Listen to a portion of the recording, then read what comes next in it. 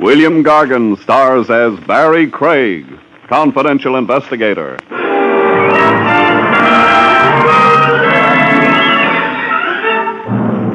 The old saying, early to rise, folks, can't possibly mean a thing to a corpse.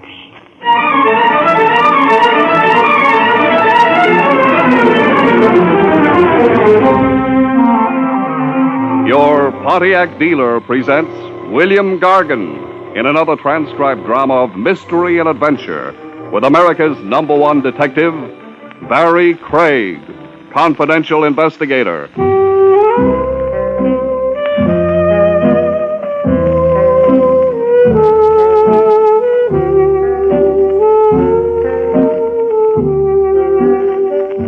Barrie Craig speaking. The trick in continuing on as a confidential investigator is to keep on good terms with the police. Comes time for your license renewal, and a department sorehead can louse it up for you. Play footsie with a corpse, conceal evidence, rack up as many black marks as you must, but be sure you've got a friend somewhere in the higher echelons. High, say, like a lieutenant willing to countersign your renewal application, where it reads character references. Ah, the fool that I am, Craig, endorsing your application. Your signature goes down here, Trav. No blotting now. Right neat.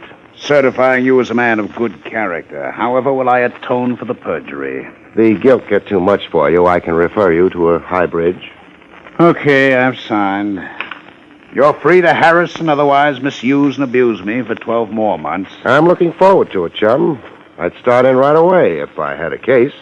Oh, don't tell me the great man's idle. One meal away from pawning my badge. Unless you've got an idea. I get the hint. Even if I could, why should I throw anything your way? Because you hate seeing me fall dead from hunger. So what case did you have in mind? 2 cases. You even have a choice. Both of them prefer a confidential operative to official police methods, official notoriety. I was asked to recommend someone. I'm all ears. Case 1. A Mrs. Cora Talbot wants help in finding her husband, Stanley Talbot.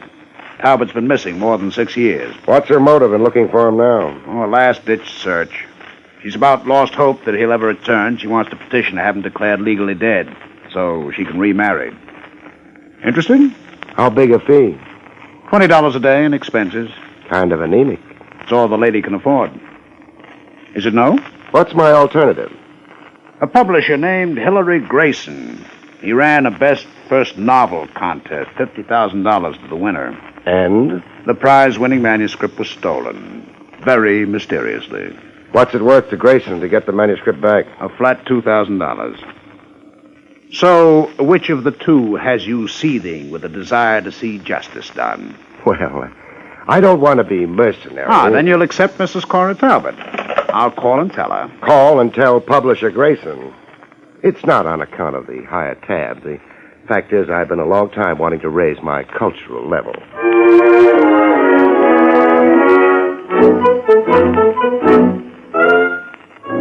The publisher Grayson had more body than any one guy needed.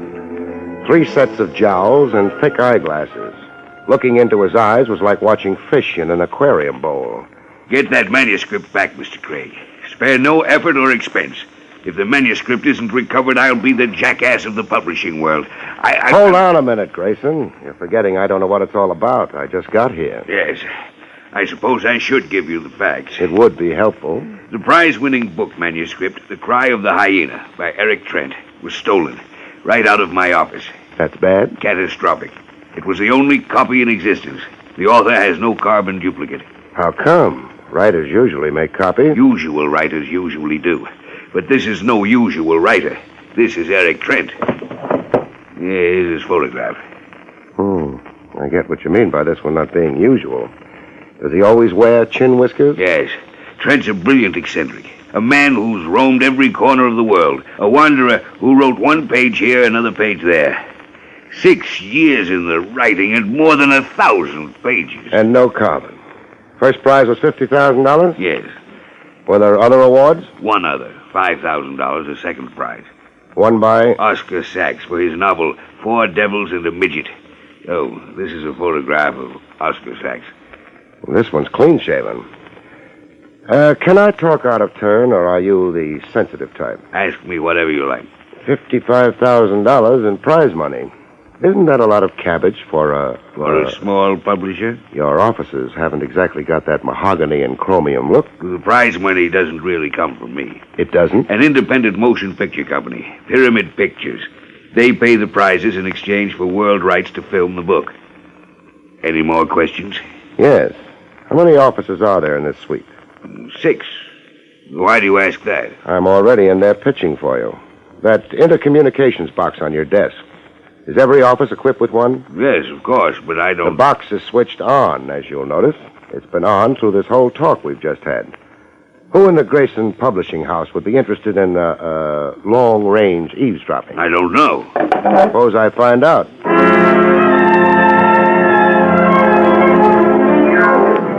But I didn't find out. The eavesdropper resented my curiosity with all his might. An inkwell pitched at me.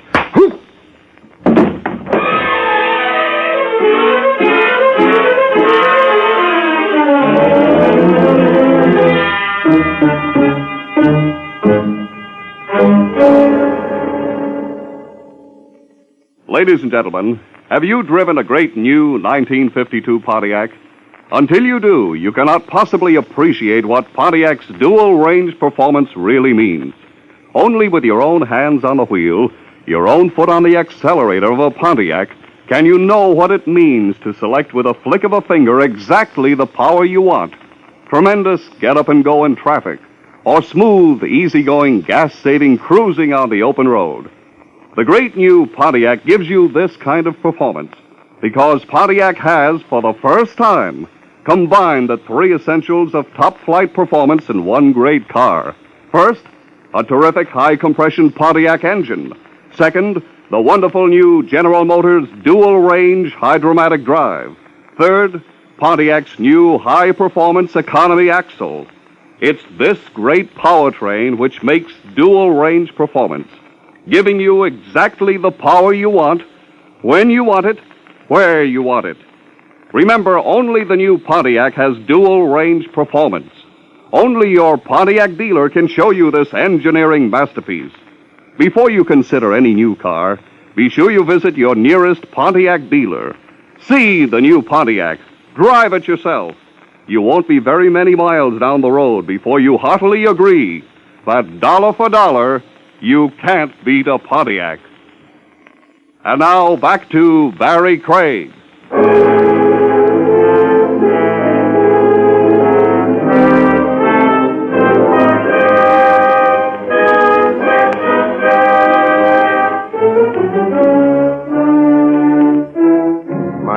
Opened on Grayson, sprinkling water on me with a sponge. You're all right. Quit watering me. I'm not a petunia bed. But you were unconscious. I'm conscious now, and you're ruining my suit. It's ruined anyhow, the ink from the inkwell. Don't tell me. Red ink yet. My fee's gone up, Grayson. Up? $2,000 plus $49.75, the price of this suit.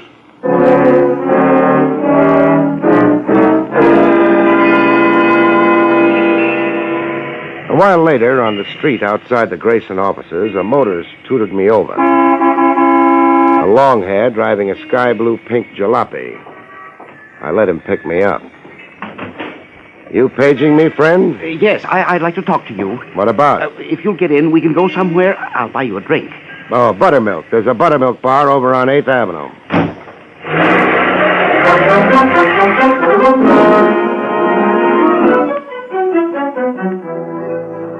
In the buttermilk bar, we had a chat for the books. I'm Oscar Sachs. I know that. I saw the photograph of you in the Grayson Publishing offices. Oh?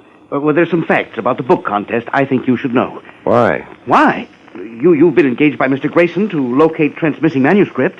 What am I wearing, a sandwich sign? I obtained the information through sources I cannot disclose. Give me those facts. I won the second prize of $5,000, but I was cheated. Cheated out of the big money, is it? Yes. Explain, please. The contest rules clearly specified that the award was to be made only to an American author. And? I have reason to believe Eric Trent is an Englishman, or anyhow other than an American. To put it bluntly, a fake who should be disqualified. Disqualified while you're moved up to first place and $50,000? Yes. Let's have your bill of particulars. Well, for one thing, Trent's way of talk. It's as English as the House of Parliament. Another thing, Trent was somewhere overseas on a tramp island, an English possession, when he sent the manuscript in. That summarizes it? Well, there's more. Trent has a tattoo on his right arm. I happened to get a good look at it. It's a tattoo of the British flag. Would an American wear the British flag on his arm? They tell me Benedict Arnold did. You're really out to grab yourself 50 G's. Well, why do you find that so odd, Craig? Just that I thought artists had no money sense. Well, I have, and I'm not apologizing for it. Okay, I've got your point of view, Oscar. Oh, yes, one little thing remains. Hold out your hands. Hold out Do my... what Papa asks. Red ink smudges on your right thumb.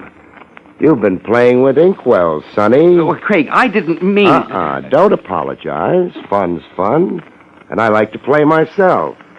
My interest runs to sugar bowls. Oh, Craig, no! No! Oh.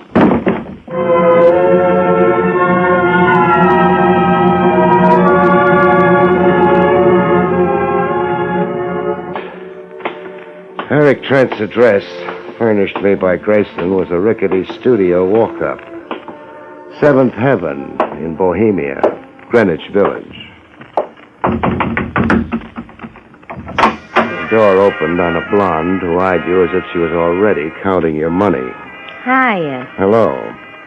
This is 6D, isn't it? That's what it says on the door. It's my astigmatism. Is Eric Trent in? No, but I am. Baby, I'm not a gentleman caller. So who's tough luck, would you call it? Come in. Trent said for you to wait if you simply had to see him. Trent expected me? Yeah. That Mr. Grayson, the publisher, he phoned and said you might be over. You're Barrie Craig, the detective, he said. Barrie Craig, confidential investigator. I'm Judy. Judy Joy. Well, come on in. I won't bite you. I was waiting for you to make that promise. I live right next door in 6E. I come in here to play the radio. Mine's out of order. Oh. That's Bummy Fiegelspan's orchestra you're hearing. Oh. It's on every day this hour. Mm-hmm. I get simply dilapidated if I miss hearing Bummy. Come again. Did you say dilapidated? Yeah. Dilapidated, like frazzled. You know, fractured. Or were you correcting me on the words? Oh, no. Eric's always correcting me on the words. Imagine me keeping company with a real live author type. Sure I can. I can even imagine 50,000 reasons. Huh? What'd you say? Oh, there's Eric now. Eric? Judy. On the sofa's Barrie Craig, the investigator. I've been keeping him here for you. Thank you, Judy. Now, if you'll leave us alone. Sure. I got a slip to press anyhow. Nice meeting you, Mr. Craig. I was floored myself. Excuse me while I shut off the musical background. Now, Mr. Craig, the object of this visit? Your stolen brainchild, what else? But what can I do about it? I submitted it in good order. I'm not responsible for its disappearance. How come only one copy? Why didn't you type up a carbon duplicate? I have no patience with purely clerical details. I'm an artist. But the full risk of losing the one copy. I'm a man who takes risks, Craig. In my years abroad, away from America, I've lived a life of risks. Skip the personal build-up. Wherever I went, I traveled lightly. Suit on my back, pipe tobacco, and a pencil. It was enough of a nuisance carting one copy of 1,000 pages around. And how was I to know my confounded book would ever get to a publisher, much less win a prize? Okay for that.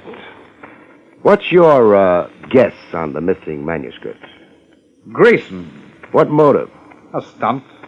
Grayson intends exploiting this whole affair for all the publicity he can wring out of it. It's an angle. The 50,000, would you say you won it legitimately? Legitimately? I mean, what if you were to be disqualified as the first prize winner, say on a technicality? What technicality? Not actually being of American origin, as the contest rules specify. But I am an American. With a British accent? I spent years in the islands, in Jamaica and British Somaliland. I'm told you have a tattoo of the British flag on your right arm. So? Well, I sailed the 7 seas, and like a sailor, I had myself decorated with tattoos. But the British flag on an American citizen. Ah, wait until I open my shirt. There. Are you looking at the tattoo on my chest, Mr. Craig? Yeah, the American eagle. What do you know? Expand your chest, genius. Expand my... I want to see old Baldy flap his wings.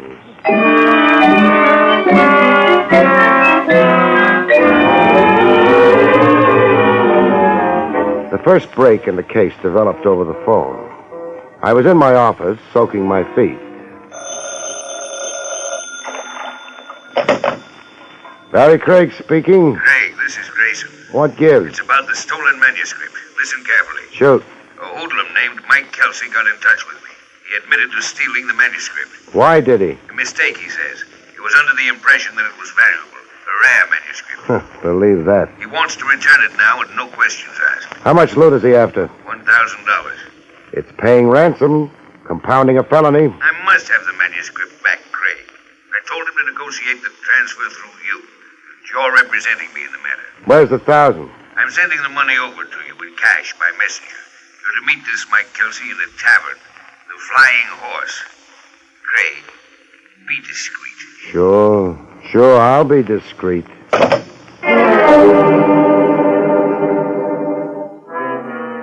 The cash came by messenger, okay, and I got to negotiate in the Flying Horse Tavern. A mug with heavy artillery bulging his coat, waiting at a table for me. You Mike Kelsey? No, I'm, McGuire. I'm here for Mike.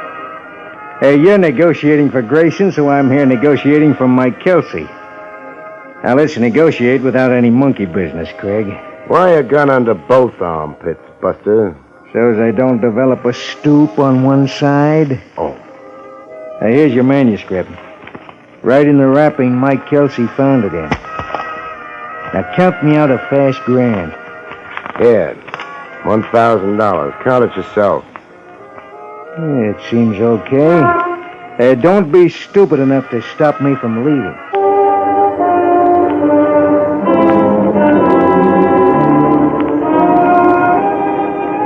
The publisher, Grayson, was out. Would I please call later, a secretary told me.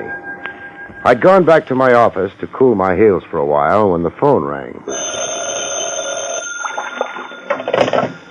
Barrie Craig speaking. Craig, this is Oscar Sachs. Now what's your beef? Craig, I've discovered something I think you'll want to know. Something that will promote you into the 50 Gs? Something that won't help Eric Trent any. Craig, the man's a fraud. You're playing a cracked record, Junior. Am I? Come hear me out and then tell me that. All right, I'll come hear you out. As soon as I dry my feet and rustle up a change of socks.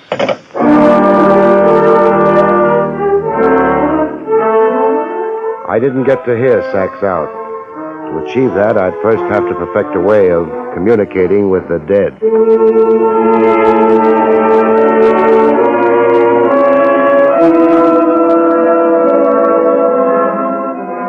I left Oscar Sachs as I found him, sprawled backwards over a writer's desk, a knife standing vertically in his Adam's apple. I left him as is, so Lieutenant Trav Rogers wouldn't howl to heaven and the DA that I'd once more tampered with a corpse.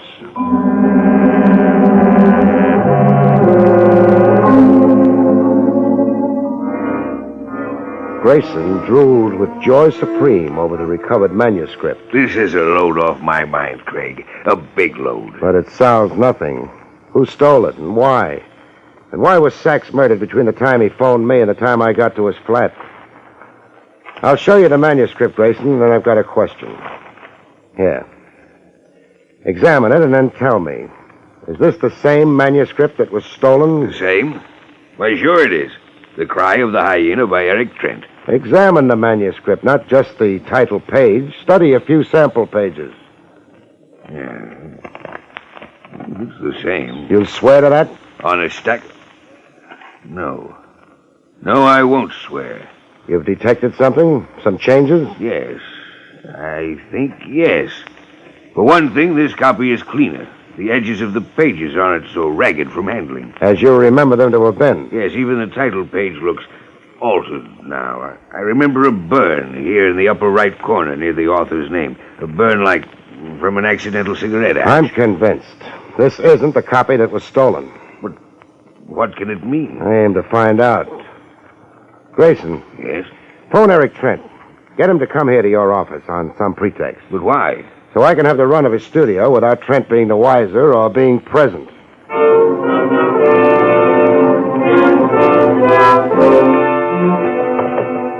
Eric Trent had all the accumulated junk of a guy with a passion for changing climates. Souvenirs from Bombay, the Dutch Indies, Labrador. Souvenirs in brass, carved ivory, porcelain. And in the bottom bureau drawer, a manuscript. The Cry of the Hyena, with a cigarette burn on the title page. Eric Trent had stolen his own manuscript. I had the evidence in hand, but keeping it wasn't going to be so simple. A lady was against it. A lady healed with a gun twice the size of her dainty lotioned hand. Miss Judy Joy. Yes, Mr. Craig. It's Judy Joy. Through the convenient connecting door? I heard noises in here, and I made it just in time to catch a burglar. Drop that manuscript. You charm me into it. Want a word of advice, beautiful? No. I thought you would. Ring off Eric Trent as fast as you can flick your glamorous eyebrows. You're crazy. Being true to Trent's an awful waste of war paint. Now, What are you trying to tell me? that Trent's value on the hoof has just been slashed by about $50,000. He won't get the money? Neither will you get the money. You're a liar. The Dutch uncle. I'd hate to see you dragging your gorgeous chassis up the river Sundays, visiting ye author in the big house. Pour me a drink. Still making with the gun? Aimed at your head while we wait for Eric. The stuff's on that coffee table there. The soda bottle's right alongside it. Okay, I'll play bartender. Say when? When? How much soda? Just a squirt. That's enough. Spot more, huh? Just enough to dampen your spirits? Had enough? She's no good. Move down here.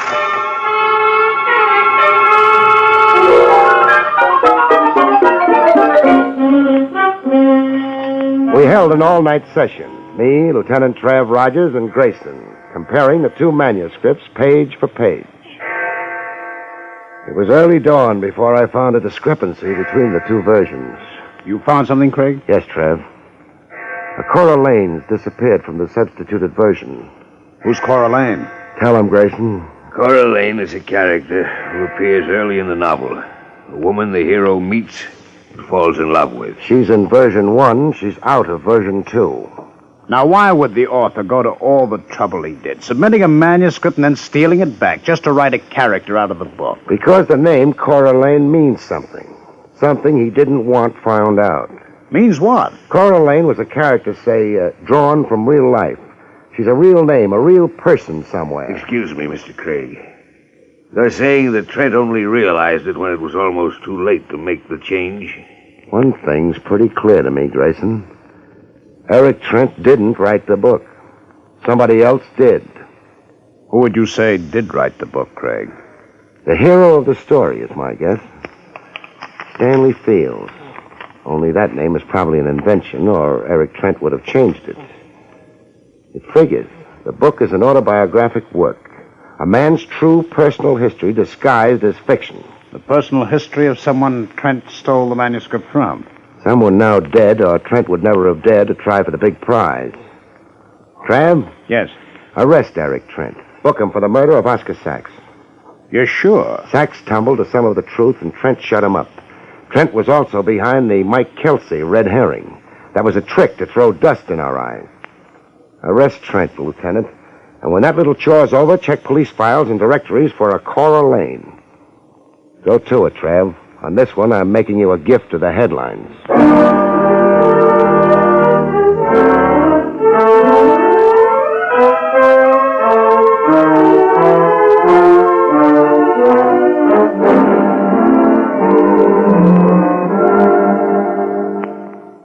Ladies and gentlemen, when a great reporter wants to get the inside story of a great new car, he gives it a thorough test run. That's exactly what John Daly did with the new Pontiac.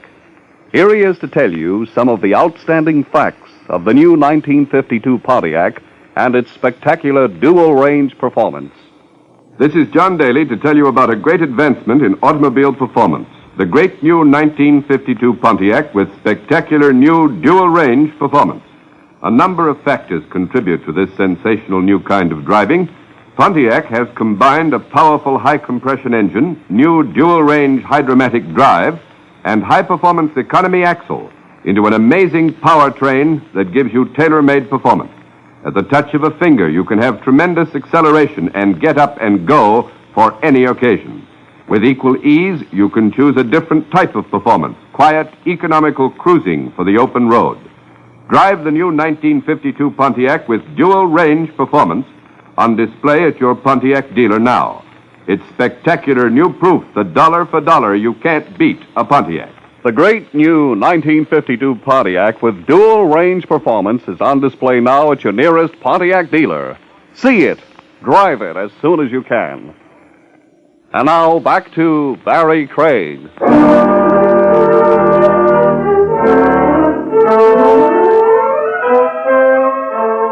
It took 2 days for Trav to get back to me. When he did, he had a lady with him. A gray lady with haunted eyes. This is Cora Lane, Craig. Cora Lane, Barrie Craig. Mr. Craig. How do you do? How did you find her, Trav? Police files. The name of Cora Lane appeared on an old record card.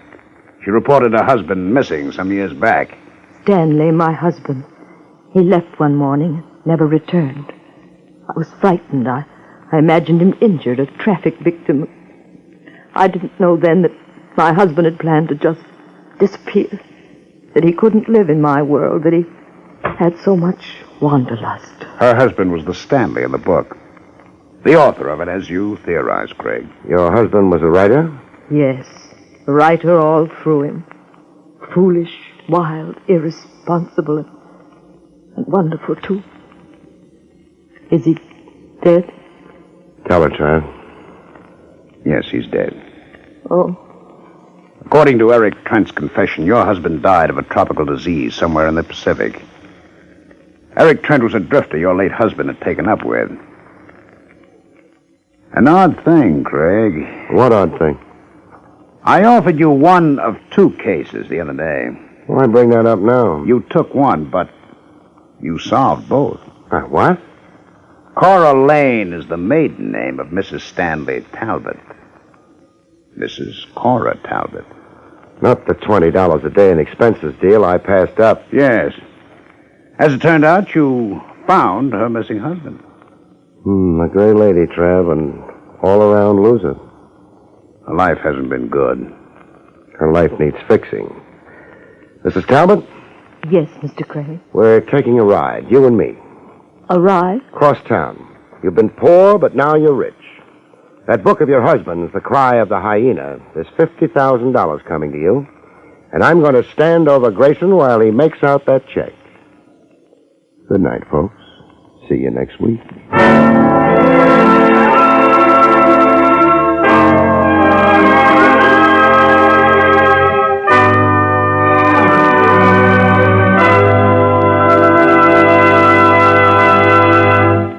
You have been listening to William Gargan in another exciting transcribed mystery drama from the adventures of Barrie Craig, Confidential Investigator. Tonight's story, The Paper Bullets, was written by John Robert. Next week, it's the strange story of Death and the Purple Cow, about which Barrie Craig has this to say. Next week, I lose a client before I get him. A man dies in a hamburger joint, and a purple cow turns out to be neither a cow nor purple. See you next week, folks.